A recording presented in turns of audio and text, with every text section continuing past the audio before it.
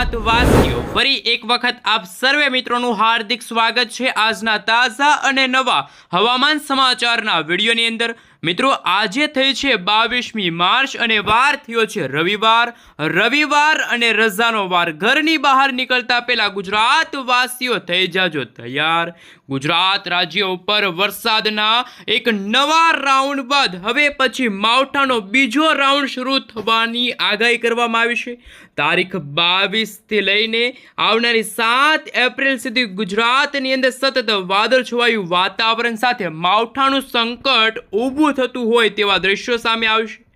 જી હા દર્શક મિત્રો, આમ તો ઓમાનના દરિયાઈ કાંઠાના વિસ્તારોમાંથી સતત નવી હાઈ પ્રેશર સિસ્ટમનું નિર્માણ થતું જોવા મળી રહ્યું છે। ગુજરાતના વિસ્તારોથી લઈને પૂર્વીય વિસ્તારો તરફ એટલે કે બાંગ્લાદેશના જે વિસ્તારો છે, નેપાળના વિસ્તારોની અંદર પણ નવી વેસ્ટર્ન ડિસ્ટર્બન્સ સક્રિય બનતી જોવા મળે છે અને ઉત્તર ભારતના અનેક વિસ્તારોમાં પણ મિત્રો તમે જોઈ શકો છો નવી લો પ્રેશર અને નવી હાઈ પ્રેશર સિસ્ટમ મિત્રો સક્રિય થતી જોવા મળવાની છે। આમ બંગાળની ખાડીના વિસ્તારથી લઈને સતત હવામાનની અંદર હવાનું હળવું દબાણ એટલે કે UCA અપર એર સાયક્લોનિક સર્ક્યુલેશનવાળી વરસાદી સિસ્ટમનું ભયંકર જોર વધતું જોવા મળવાનું છે બંગાળની ખાડીના સંપૂર્ણ તટીય વિસ્તારોની અંદર। જો મિત્રો વાત કરવામાં આવે તો કંઈક નવા જૂની થતી હોય અને અત્યારે ગુજરાતના ઉત્તર ગુજરાત પાકિસ્તાનના વિસ્તારો તરફ નવી વરસાદી સિસ્ટમ સક્રિય બની છે અને બંગાળની ખાડીની સાથે અરબ સાગરના ઊંડાણવાળા વિસ્તારોની અંદર પણ હવાનું હળવું દબાણ સક્રિય બન્યું છે। બંગાળની ખાડીથી લઈને અરબી સમુદ્રના ઊંડાણવાળા વિસ્તારોની અંદર હિન્દ મહાસાગરના દરિયાની અંદર વારંવાર નવી સિસ્ટમોની ભયંકર હલચલો અત્યારે જોવા મળી છે। સાથે અત્યારે તમે લાઈવ જોઈ શકો છો આવનારા દિવસોને લઈને ગુજરાત નજીક એટલે કે મિત્રો અરબી સમુદ્રના વિસ્તારવાળી એક નવી વેસ્ટર્ન ડિસ્ટર્બન્સ અને સાયક્લોનિક સર્ક્યુલેશનવાળી સિસ્ટમનું નિર્માણ થતું જોવા મળ્યું છે। સંપૂર્ણ વિસ્તારોની અંદર આવી રહેલા મજબૂત ઠંડા પવનો અને એ ઘેરાવા સક્રિય બનતા જોવા મળ્યા, જેમની અસરને લઈને મિત્રો કચ્છના વિસ્તારોની અંદર, સૌરાષ્ટ્રના પણ ઘણા બધા વિસ્તારોની અંદર મિત્રો અત્યારે તમે જોઈ શકો છો વાતાવરણીય અસ્થિરતા, આંધી, તુફાન, વંટોળની જેમ ભયંકર પવનોની લહેરો ગુજરાત ઉપર ફૂંકાતી જોવા મળવાની છે।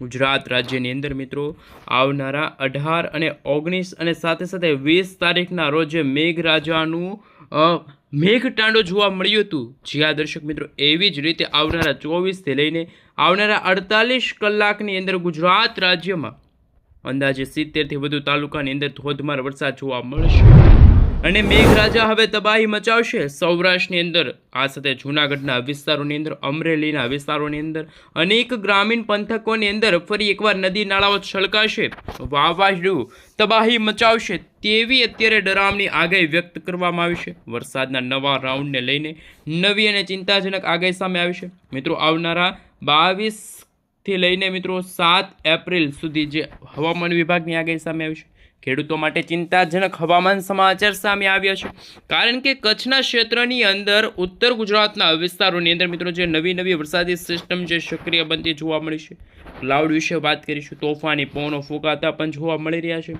અને તીવ્ર મેઘ તાંડવ શરૂ થશે, મેઘગર્જના શરૂ થશે।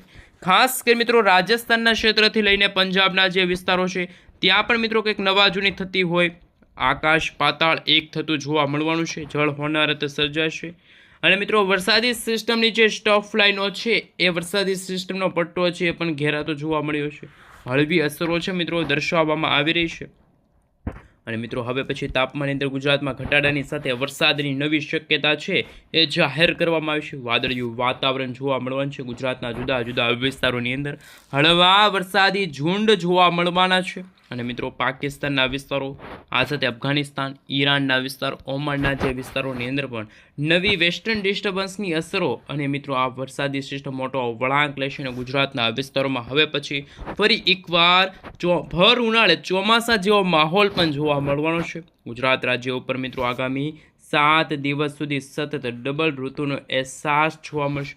રાત્રિના સમયગાળા દરમિયાન પણ ગુજરાતમાં ઠંડી, જ્યારે બપોરના સમયગાળા દરમિયાન ગરમી અને ઉકળાટનું પ્રમાણ વધતું જોવા મળવાનું છે। જેમ જેમ મિત્રો સાંજ પડતી જશે તેમ ગુજરાતના વાતાવરણમાં પલટો, અનેક જગ્યામાં, અનેક વિસ્તારોમાં ઘોર અંધારપટની સાથે વાદળછવાયું વાતાવરણ અને મિત્રો આવતીકાલ દરમિયાન સૌરાષ્ટ્રના અનેક વિસ્તારોની અંદર નવી સિસ્ટમોની અસરો અને નવી શક્યતા દર્શાવવામાં આવી છે. અને મિત્રો અત્યારે તમે જોઈ શકો છો સૌરાષ્ટ્રના હવામાનની અંદર મોટા ફેરફારોને લઈને હવે પછી જામનગરના જે વિસ્તારો છે, લાલપુરના વિસ્તારો છે, ઉત્તર ગુજરાતના વિસ્તારોની અંદર જો મિત્રો વાત કરવામાં આવે તો તમે જોઈ શકો છો ઓખાના બંદરની અંદર પણ હવામાન વિભાગ તરફથી હળવાથી મધ્યમ વરસાદી ઝાપટા પડવાની આગાહી વ્યક્ત કરવામાં આવી.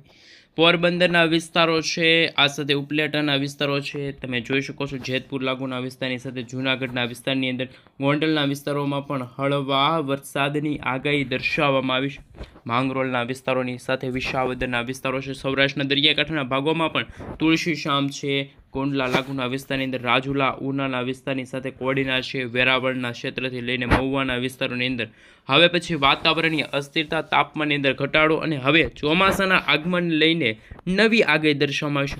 ભાવનગરના જે મિત્રો ઘણા બધા તટીય વિસ્તારોની અંદર પવનની તીવ્રતાની સાથે મોટા ફેરફારો વાતાવરણમાં આવશે. અને મિત્રો બોટાદ છે, ગઢડા છે, બાબરા ક્ષેત્રથી લઈને જસદણના વિસ્તારોની અંદર પણ ચોટીલાના પણ મિત્રો ઘણા બધા વિસ્તારોની અંદર હવામાન વિભાગ તરફથી વાદળિયું વાતાવરણ રહેશે તેવી આગાહી વ્યક્ત કરવામાં આવી. સુરેન્દ્રનગરના પણ મિત્રો ઘણા બધા વિભાગોની અંદર પણ ઓચિંતાના વાતાવરણમાં પલટો જોવા મળશે. સૌરાષ્ટ્રના સંપૂર્ણ વિસ્તારની અંદર હવામાનની અંદર આગામી મિત્રો ખાસ કે 6 થી લઈને 12 કલાકની અંદર મોટા ફેરફારો વાતાવરણમાં જોવા મળશે. વાતાવરણીય અસ્થિરતા જોવા મળશે. થંડરસ્ટોર્મ એક્ટિવિટીના ભાગરૂપે જ્યાં જુઓ ત્યાં તબાહીના દ્રશ્યો સામે આવશે. ભર ઉનાળા દરમિયાન ચોમાસાનું આગમન કચ્છના સંપૂર્ણ વિસ્તારની અંદર તમે જોઈ શકો છો વરસાદનું સંકટ અત્યારે ટોળાતું જોવા મળી રહ્યું છે. ગાંધીધામના વિસ્તારની અંદર, રાપરના વિસ્તારની અંદર, ખાવડ, બારડોલી, માંડવીના ક્ષેત્રની અંદર પણ સિસ્ટમોની અસરો અને હવામાનની અંદર મોટા ફેરફારોને લઈને નવી આગાહી દર્શાવવામાં આવી. કચ્છના તમામ વિસ્તારોની અંદર તમે જોઈ શકો છો વાદળિયું વાતાવરણ જોવા મળવાનું છે. ગુજરાતમાં 30 થી લઈને મિત્રો 40 કિલોમીટર પ્રતિ કલાકની ઝડપે તોફાની પવનો ફૂંકાવાના છે. અને હાલ તમે જોઈ શકો છો જેમ સમયગાળો પસાર થતો જશે તેમ દક્ષિણ ગુજરાતના વિસ્તારોની અંદર પણ કમોસમી વરસાદ અને માવઠાનું સંકટ જોવા મળશે. ગુજરાતમાં ડબલ ઋતુનો અહેસાસ ગુજરાતવાસીઓને થશે. અહીં તમે લાઈવ જોઈ શકો છો. આપણે સેટેલાઇટ ઇમેજના માધ્યમથી જાણીશું કેવું રહ્યું છે અત્યારનું ગુજરાતનું હવામાન. શું મિત્રો ગુજરાતમાં ફરી એકવાર મોટો પલટો આવશે? પરંતુ ત્યારે સૌરાષ્ટ્રના દરિયાકાંઠાના ભાગોમાં વાદળિયું વાતાવરણ છે. મિત્રો માવઠાની પણ અત્યારે આગાહી છે દર્શાવવામાં આવી રહેલી છે.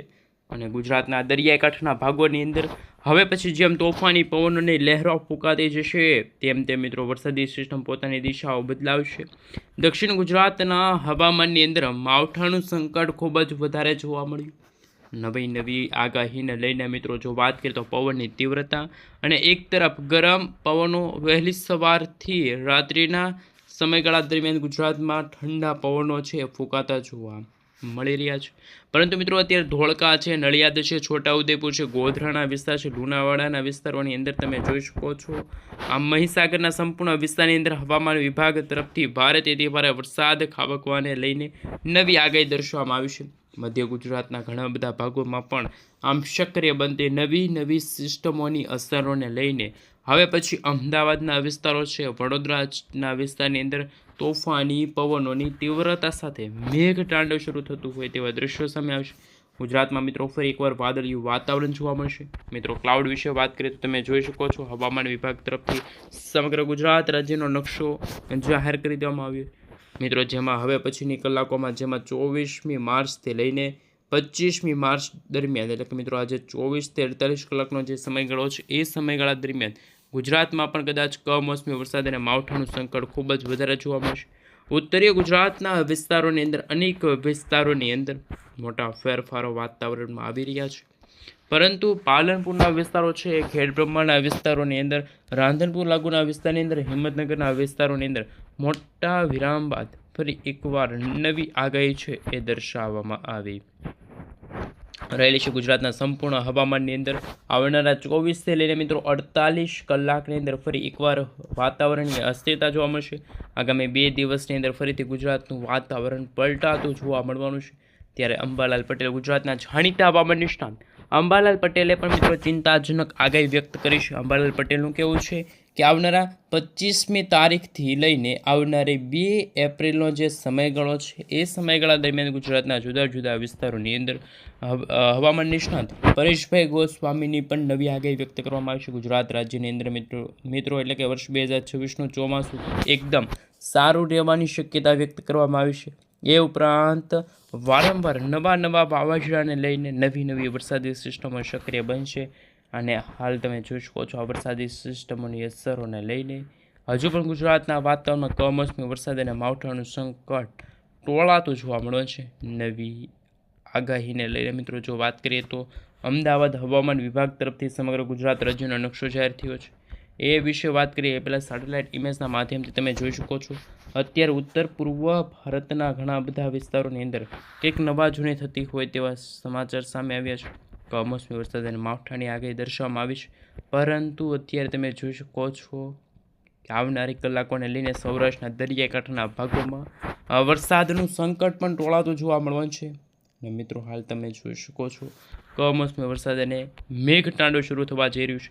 વાતાવરણની અંદર પલટો આવશે અને હજુ પણ મિત્રો આગામી 6 થી 7 કલાકની અંદર શું ગુજરાતમાં આજે રવિવારના દિવસે મેઘતાંડવ શરૂ થશે. ધીમે ધીમે મિત્રો ગુજરાતમાંથી ગરમીમાંથી ગુજરાતવાસીઓને રાહત તો મળતી જોવા મળી છે, પરંતુ વાદળિયું વાતાવરણ જોવા મળ્યું. ગુજરાતના ખેડૂતો ફરી એકવાર થયા છે ચિંતાજનક, કારણ કે સક્રિય બનતી નવી વરસાદી સિસ્ટમની અસરોને લઈને સાયક્લોનિક સર્ક્યુલેશનવાળા નવા વેસ્ટર્ન ડિસ્ટર્બન્સો સક્રિય થશે. વાતાવરણમાં મોટો પલટો આવશે અને હવે મિત્રો આપણે અમદાવાદ હવામાન વિભાગ તરફથી સમગ્ર ગુજરાત રાજ્યનો જે નકશો જાહેર થયો છે એ નકશા વિશે થોડીક વાત કરી લઈએ.